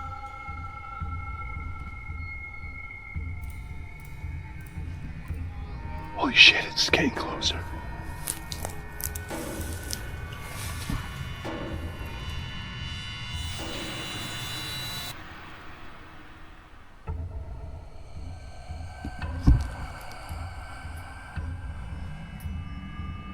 The camper stops and listens as something seems to move around his position. Twigs snap and leaves shift from different points in the brush, always staying just outside the flashlight beam. Nothing ever steps into view. Right there. Do you guys hear that? Whatever it is literally right in there.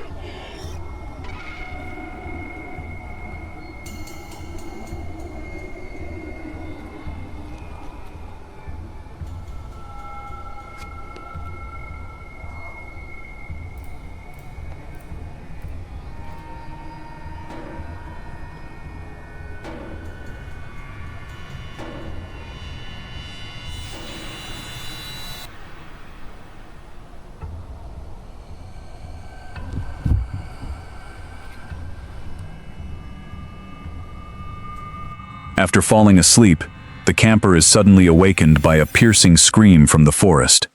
The dog is also frozen and visibly frightened by the sound. With both reacting to whatever is outside, the decision is made to leave.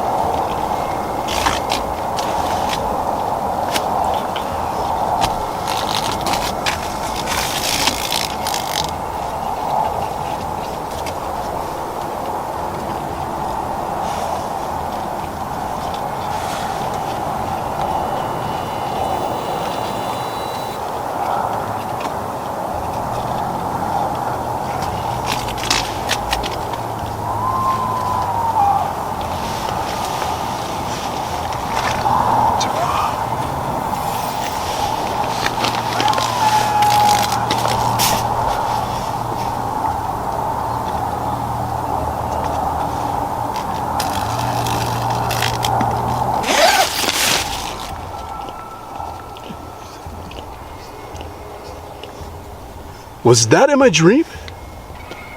Like, I literally heard it, but now I'm starting to feel like that was just in my dream.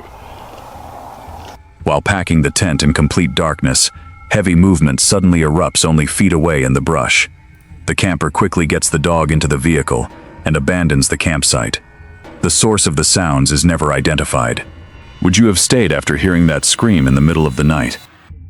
Asleep 5 Decades shares unsettling experiences from life on the road, where isolated parking areas can sometimes become uncomfortable and unpredictable after dark. A quiet night on the road takes an uneasy turn when unfamiliar people begin appearing unusually close to the van. During heavy rain, an unfamiliar car slowly pulls up directly in front of the van. The vehicle remains running while the driver sits still and watches the cabin. With the front exit completely blocked, the traveler stays behind the curtains and waits for the car to leave.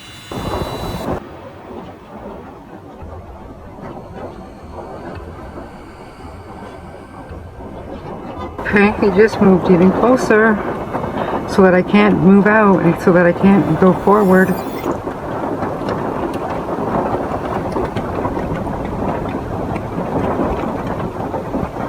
Please leave. Please leave, you sketchy person. Please leave.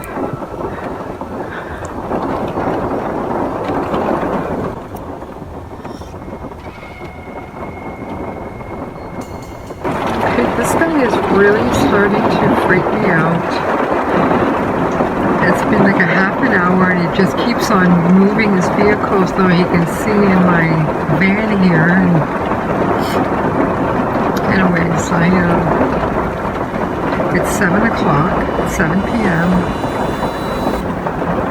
It's raining pretty hard and he is just such a creepy person, and I didn't trust him when he was trying to... Later, two strangers set up their own camp only a few feet from the van's open door. They remained there for hours, leaving almost no room for the traveler to move around outside. Eventually, staying inside feels like the safest option. Sat right in front of my door, literally right in front of me, and they sat there for hours. Go get your shit. Go and get it. Tell her to give that fucking stick back. Say it. You're a bitch. Fight and get it over with. Get it going. 4 hours. And while they were sitting there, you know, he was acting, like I said, like he's never talked to me. She was sitting there saying stuff like, oh, honey, you know, what do you think you want to name the baby? And, and anyway, she was letting me know that she was pregnant, letting me know that this was her man. The things that it was so obvious that she was making it clear, like, back off, when I wasn't even interested in the first place. You know, but anyways, it was really, really sketchy, and I felt like not safe. You could tell right away that he was, you know, he's bad news. He was triangulating. He was just manipulating. He's a 100% narcissistic, you know, just, Here's my friend Dean coming back right now, so this video might be interrupted again, but that's okay. So that was basically this incident at Davion Park, which in fact, like, you know, made me, hi Dean, just recording a video. And yeah, he's gonna, here, I'm gonna videotape this. I guess he likes his AC/DC.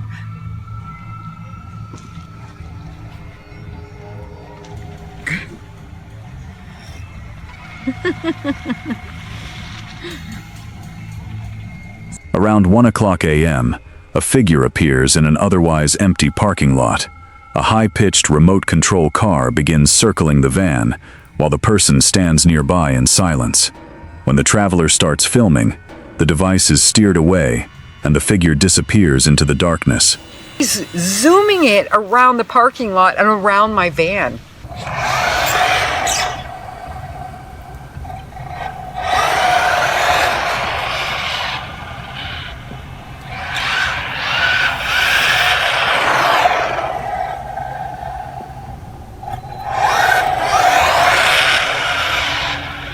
At 1 o'clock in the morning, but there's nobody else. The parking lot is like massive. So this is the exact parking spot that I was when he was right here with his remote control car. When, as you can see, look at how big this lot is right here. That's not even a parking lot. That's just a big open space. This is where a lot of truckers park to have a little rest. And back here is the loading dock for Walmart. But look at how big this spot is. So why would he be, you know, with his remote control car right here at 1 o'clock in the morning? Creepy, right?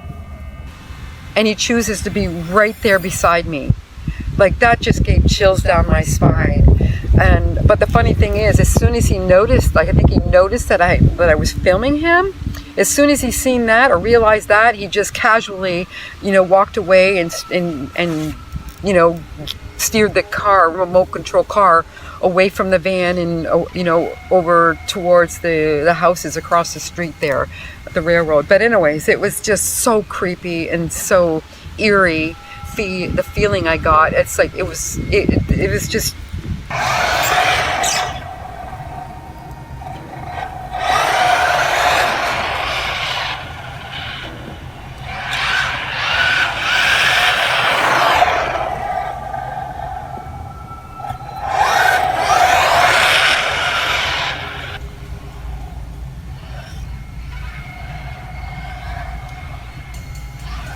was just seemed to be simultaneous too, like boom, boom, boom, boom. What do you think those strangers wanted that night? Nikki Delventhal normally documents life on the road with her dogs, Camper and Rodney.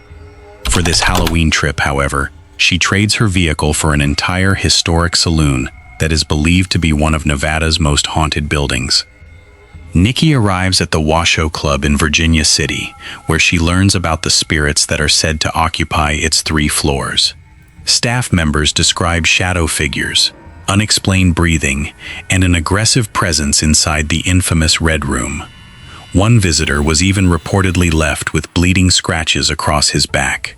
Speaking of which, you guys, this is where we are staying tonight. To prep for our haunted overnight, first thing we did was really just get to know everyone at the Washoe Club. We of course fueled up, but what was really important was getting the rundown of the place with our new friend Trish. This was to make sure we didn't miss anything and to get the backstory and really the who's who of the spirits living in this haunted building.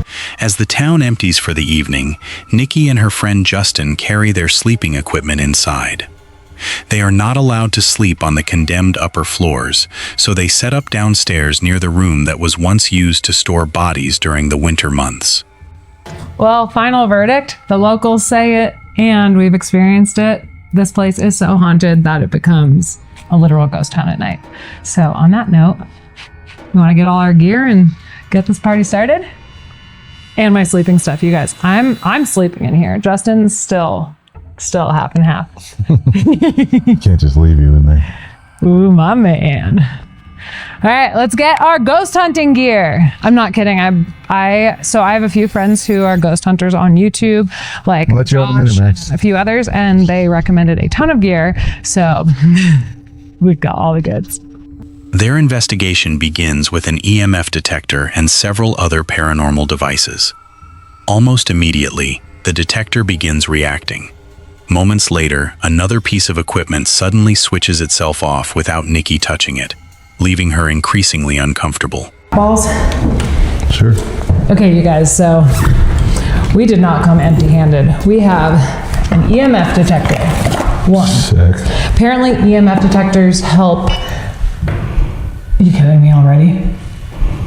Turn that thing off. I'm not ready. Turn it off. I'm not ready. Is it on? So far, so good. All right, turn it off. Okay.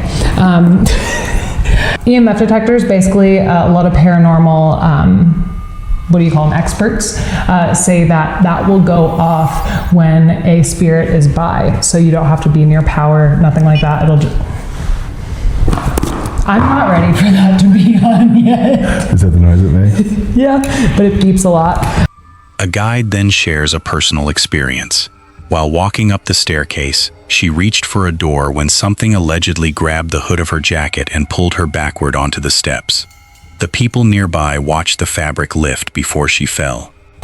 Reaction or like a scratch or something that has happened to you. Do you know what I'm saying? Like, yeah, so we do have a room called the Red Room. It's on the 3rd story, and I've been scratching that room. People on my tours have been scratching that room. Overnight investigators have been scratching that room. There was one time I was coming down the stairs to let my tour out. So we just finished, up here. We're going out to go back in, and I had a hoodie on. And right when I got to the door to undo the latch, I was pulled back and onto my back on the stairs. Like, it ripped me off my feet. And I thought I got snagged on something. So I stood up, and I wasn't hurt. So I stood up and I'm feeling the walls like, what in the world did I get snagged on? Because I was confused.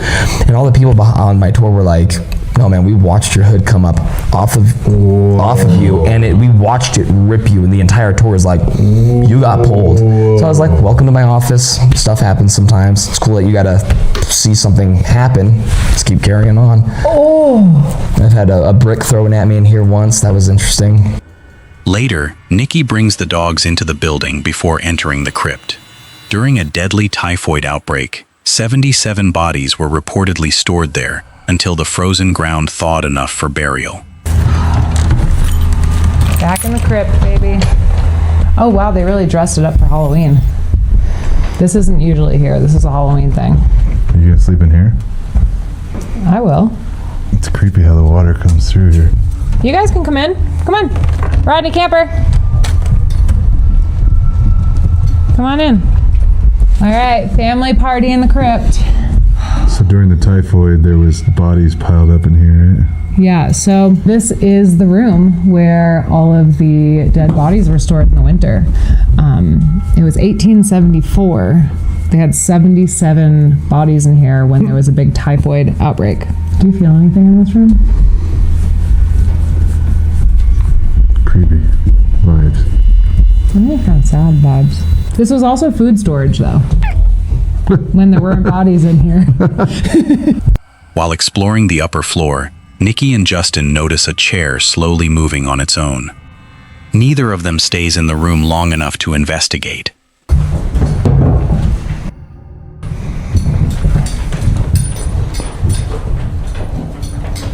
Whoa. Oh, no, no, no, no, no. You see that chair moving, right? Mm-hmm. Oh, boy. Moving on. Later that night, one of their devices produces the name Sam shortly after they discuss a spirit with that same name. Nikki also believes she sees a shadow inside the adjoining room, while both dogs begin behaving nervously. Are we welcome here? Shall. We shall. I can. Should Justin, my boyfriend, sleep in the truck, or is he welcome to sleep in here with us?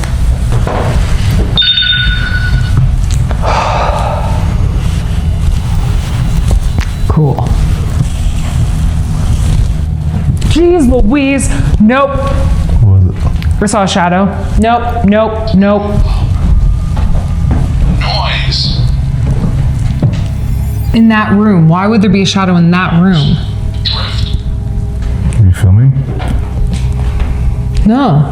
The dogs look scared. Is it my banana suit, you think? Or is it because something's here now? I saw something in that room when I looked around the corner. All right. Tired. They eventually make it through the night, but Nikki explains that footsteps and loud banging repeatedly woke her from sleep. At one point, Camper stood over her, staring toward the crypt door as though someone was standing just outside. Mav is known for turning unusual places into temporary campsites. During a trip through California, he and his friend Alex decide to spend the night deep inside an abandoned gold mine. Their journey begins under a severe weather warning. Heavy rain has already reached the area, while snow is expected at higher elevations. Rather than camping outside, Alex suggests staying inside a mine that he has explored before. Severe weather warning. That's good. This weekend I was out here in California for a wedding, and my buddy Alex and I are going on a whole camping trip tonight. Right now we're about a 3-hour drive from where we need to be, so we're gonna hit the road, hit a grocery store, and then tonight we're gonna be camping in a mine. After leaving the paved road, they follow a badly eroded trail toward the entrance. The route has officially been closed after flood damage, but they continue carefully in Alex's vehicle. All right, made it down here with plenty of light. Got our groceries. Now, here comes the fun part. Tonight we're going camping in an old abandoned gold mine. We're gonna actually drive into it, so I'm claustrophobic. It's gonna be interesting to see what it's like in there. I'm assuming it's gonna be dark, cold, and probably a little bit spooky. Don't have those in Minnesota. The first obstacle is a flooded crossing. Alex walks through the freezing water to measure its depth before guiding the vehicle safely across. They then climb a steep and uneven section where one wrong move could easily leave them stranded. So, 2 big issues.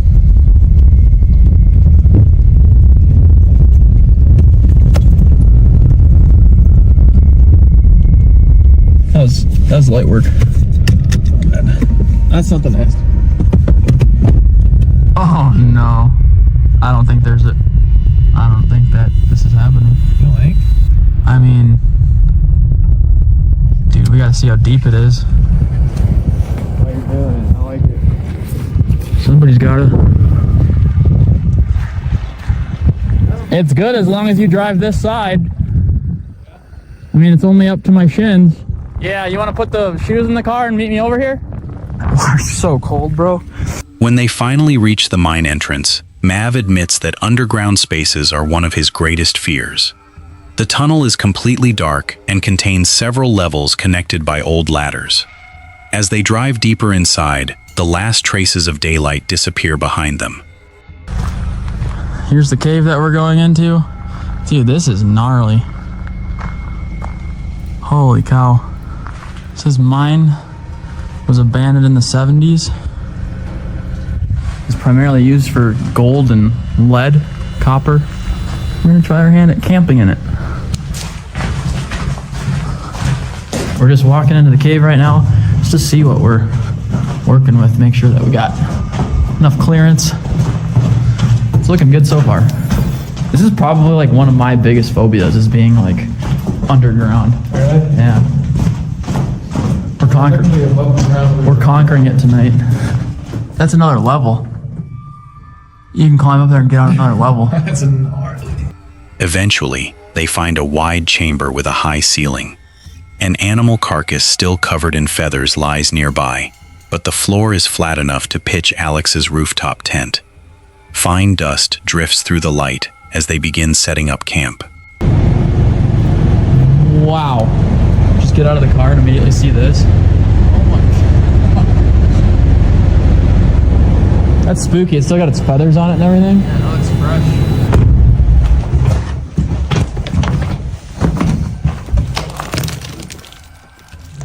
What is this? That's crazy. Alright, so this area is like the flattest spot we found in the mine yet, and it's got really high roof, so we're gonna park the car there. We've never set up a rooftop tent. Yeah. Right here, just flip it. And then just unhook it and then just throw it up. Okay.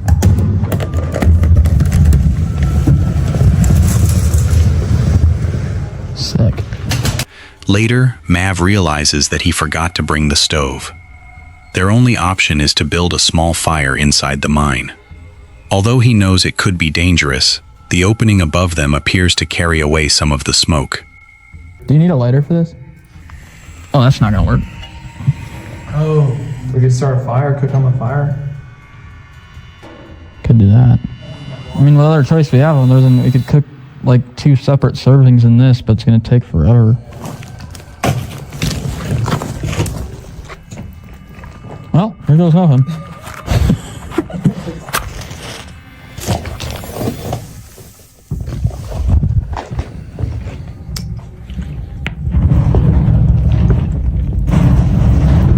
After dinner, both men climb into the rooftop tent. Once the lights are turned off, the mine becomes completely silent. Make a good pillow. Alright, there you go. That's what the inside of a rooftop tent looks like. It's dusty, but I think we'll be good. We're gonna knock. See you in the morning. It's gonna be deathly quiet in here. See you in the morning. Hopefully, nothing crazy happens in the middle of the night. Morning arrives without anything unusual happening. Even at 8:30, the chamber remains in total darkness. They pack quickly, drive back toward daylight, and leave the abandoned mine before the weather has a chance to worsen. Trent the Traveler heads into Washington's Olympic Peninsula to investigate the stories surrounding Sasquatch. After meeting people who claim to have seen the creature, he plans to spend the night alone inside the same dense forests. He begins by recounting the story of a group of miners who were allegedly attacked inside their cabin. Strange creatures reportedly threw rocks against the walls, climbed onto the roof, and attempted to force open the door. When morning arrived, enormous footprints surrounded the cabin. The miners abandoned the area, leaving valuable gold behind. Later, Trent visits a local museum, where he meets a man who claims to have seen a small Sasquatch near his campsite. According to the witness, the creature watched him from behind a tree only 20 feet away, before disappearing into the forest. Type of thing. Do you mind talking about it on camera? No. Yeah, so it was 2019. It was August, Mountain National Forest. I was up at a lake that I consistently went to my entire life growing up, hunting, fishing, camping up there. And I decided to go camp out for the night. And I'm sitting around the campfire with the lake in front of me and fully surrounded by trees. And while I'm sitting there hanging out. I feel like something was kind of like when my bubble burst feeling, something was looking at me. And so I just kind of took a look behind my left shoulder. And about 20, so we've measured it out now, it was about 20 feet away. Peeking at me from behind a tree was what I first thought was a like Jim Henson's Muppet sitting there staring at me. What is this thing? And instantly my mind went to Bigfoot lore, but I've never heard of small Bigfoot before, so I didn't know what to think at that point. In my mind, it was one Sasquatch and it was giant. It looked very weird, it looked surreal. I didn't know what I was looking at, I didn't know how to react or feel. I was frozen stiff, I can tell you that. Trent also listens to unexplained recordings collected deep within the Olympic wilderness. The sounds resemble distant singing or howling, yet researchers believe the recordings do not match any known local animal.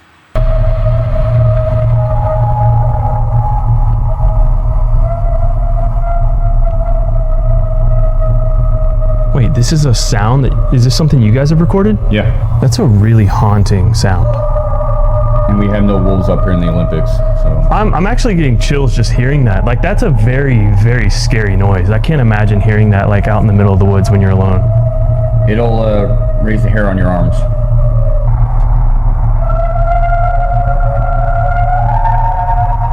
It sounds like they're singing.